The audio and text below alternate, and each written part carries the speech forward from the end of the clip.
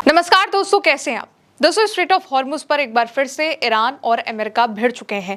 Iran की सेपा navy की ओर से अब चेतावनी जारी कर दी गई है। दूसरी तरफ अमेरिका ने कह दिया है कि स्ट्रेट ऑफ हॉर्मुज पे केवल एक देश अपना प्रमाण घोषित नहीं कर सकता है। दूसरी तरफ ओमान ने एक नया प्लान स्ट्रेट ऑफ हॉर्मुज को लेकर के तैयार भी कर लिया है।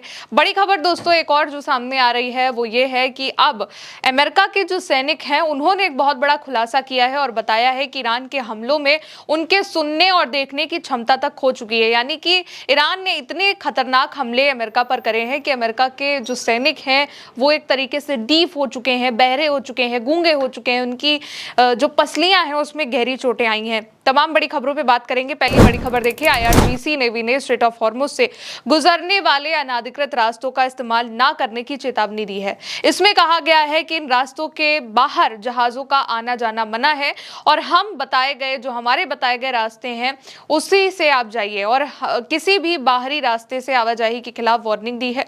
साथ ही बयान में इस बात पर जोर दिया गया है कि इस अहम समुद्री रास्ते से गुजरने के लिए आईआरजीसी नेवी के साथ तालमेल बिठाना जरूरी है।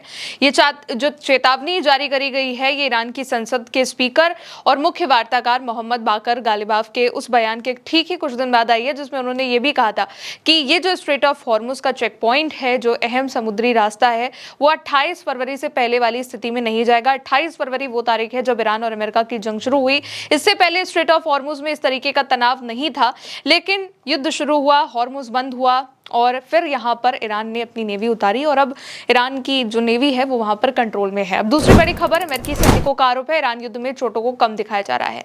अमेरिकी सैनिकों और उनके परिवारों ने आरोप लगाया है कि अमेरिका की सेना और पेंटागन ने ईरान के खिलाफ हुए युद्ध में लगी चोटों को कम करके बताया है।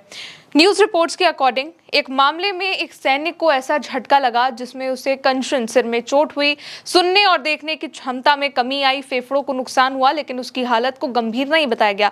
यानी कि उसको इतनी मेजर इंजरी हुई लेकिन फिर भी उसको माइनर इंजरी की श्रेणी में रखा गया। रिपोर्ट में यह भी कहा गया कि इस युद्ध में कम से कम 13 अमेरिकी सैनिकों की मौत हो चुकी है। हालांकि अमेरिका की सेना इन आरोपों को खारिज कर चुकी है। कई बार उसने कहा है कि उन्होंने किसी भी तरीके से सैनिकों की चोटों को कम करके दिखाया नहीं है। अब तीसरी बड़ी खबर देखिए, लेबनान में इजरायली सैनिक मारा गया है। इजराइल की सेना ने बताया कि दक्षिणी लेबनान में चल रहे एक मिलिट्री ऑपरेशन के दौरान उसका एक जवान मारा गया है। सेना ने मारे गए सैनिक की पहचान 32 वर्षीय मेजर बासेल सुवेद के तौर पर करी है। अब अगली बड़ी खबर देखिए, अमेरिका बोला है हॉर्मुज पर किसी एक देश का दावा नहीं होगा।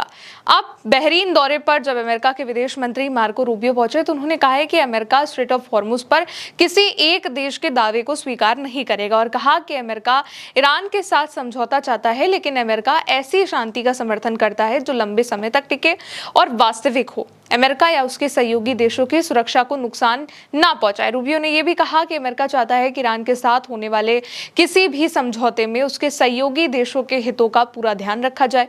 अमेरिका इस समझौते को सफल बनाने के लिए हर संभव कोशिश करेगा, मार्को रूबियो का यह स्टेटमेंट है। अब अगली बड़ी खबर, ओमान ने स्ट्रेट ऑफ हॉर्मुज से गुजरने वाले जहाजों पर शुल्क ना लगाने का ऐलान किया है। ओमान ने अमेरिका ईरान के बीच हुए मेमोरेंडम ऑफ अंडरस्टैंडिंग समझौते ज्ञापन का समर्थन किया है और जो खबरें हैं उसमें बताया जा रहा है कि यह समझौता क्षेत्र में शांति बहाल करने और स्ट्रेट ऑफ हॉर्मुज में जहाजों की सुरक्षित आवाजाही के लिए जरूरी है। ओमान ने कहा है कि हॉर्मुज से गुजरने वाले जहाजों में किसी तरीके का ट्रांजिट शुल्क नहीं लिया जाएगा। ये बयान ओमान के विदेश मंत्रालय की ओर से बहरीन में आयोजित खाड़ी सहयोग परिषद जीसीसी देशों और अमेरिकी विदेश मंत्री मार्को रूबियो की संयुक्त मंत्री स्तरीय बैठक के दौरान दिया गया है, लेकिन इसी के उलट ईरान ने हॉर्मुज पर अपना दावा ठोक दिया है।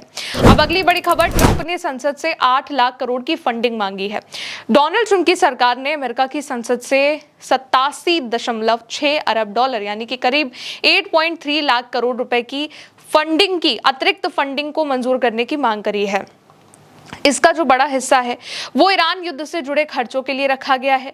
व्हाइट हाउस के मुताबिक ये रकम पिछले साल मंजूर किए गए करीब $1 ट्रिलियन और अगले वित्तीय वर्ष के मांगे गए $1.5 ट्रिलियन के रक्षा बजट से अलग है। सरकार का, डोनाल्ड ट्रंप की गवर्नमेंट का ये कहना है कि वो पैसा युद्ध से जुड़े ऑपरेशन, सेना की तैयारी, हथियारों के भंडार को फिर से भरने और सीक्रेट रक्षा कार्यक्रमों पर खर्च किया जाएगा जो ये मांग रहे हैं।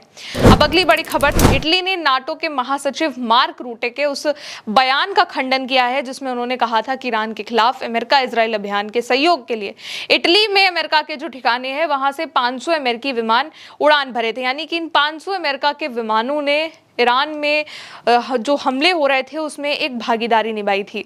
अब रोम ने उसको लेकर के क्लियरली कह दिया है कि उसने केवल तकनीकी और रसद संबंधी उड़ानों को ही अधिकृत किया था जो इस युद्ध से जुड़ी ना थी, और ना ही किसी युद्ध अभियानों के लिए उसने इन 500 विमानों को अनुमति दी अपने बेस से उड़ने के लिए।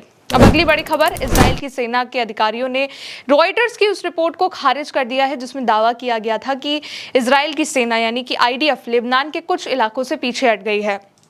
खबर ये आई थी कि आईडीएफ लेबनान के कुछ इलाकों से हट सकता है, खाली कर सकता है, लेकिन अब अधिकारियों के मुताबिक इजराइल सरकार ने अभी तक सेना को पीछे हटने का कोई ऑर्डर नहीं दिया है।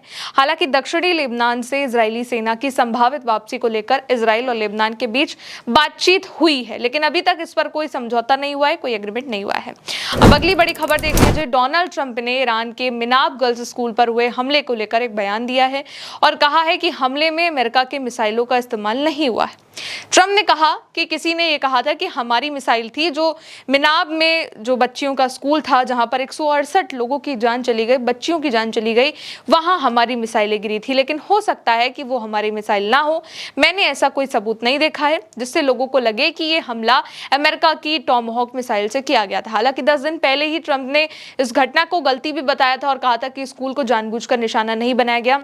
कई बार ये खुलासे हो चुके हैं कि अमेरिका की ही टॉमहॉक मिसाइलें जाकर मिनाब में गिरी थी और इसको एक आर्टिफिशियल इंटेलिजेंस की गलती बताया गया था कि एआई की मदद से लोकेशन ट्रैक हुई थी और तब यह हमला किया गया था। लेकिन एआई की गलती से उनको लगा कि ये स्कूल नहीं है बल्कि कोई मिलिट्री बेस है, इसलिए वहां पर हमला किया। ये बात अमेरिका की ओर से सफाई के तौर पर कई वक्त पहले आ चुकी है, जब शायद युद्ध शुरू हुआ था 28 फरवरी का जब वो दिन था जब मिनाब में अटैक हुआ था, उसके बाद ही ये खबर आई थी। फिलहाल अभी की अगर बात करें तो स्ट्रेट ऑफ हॉर्मुज को लेकर के एक बार फिर से ईरान अमेरिका भिड़ चुके हैं। ओमान कह रहा है कि वो वहां पर शुल्क नहीं लेगा।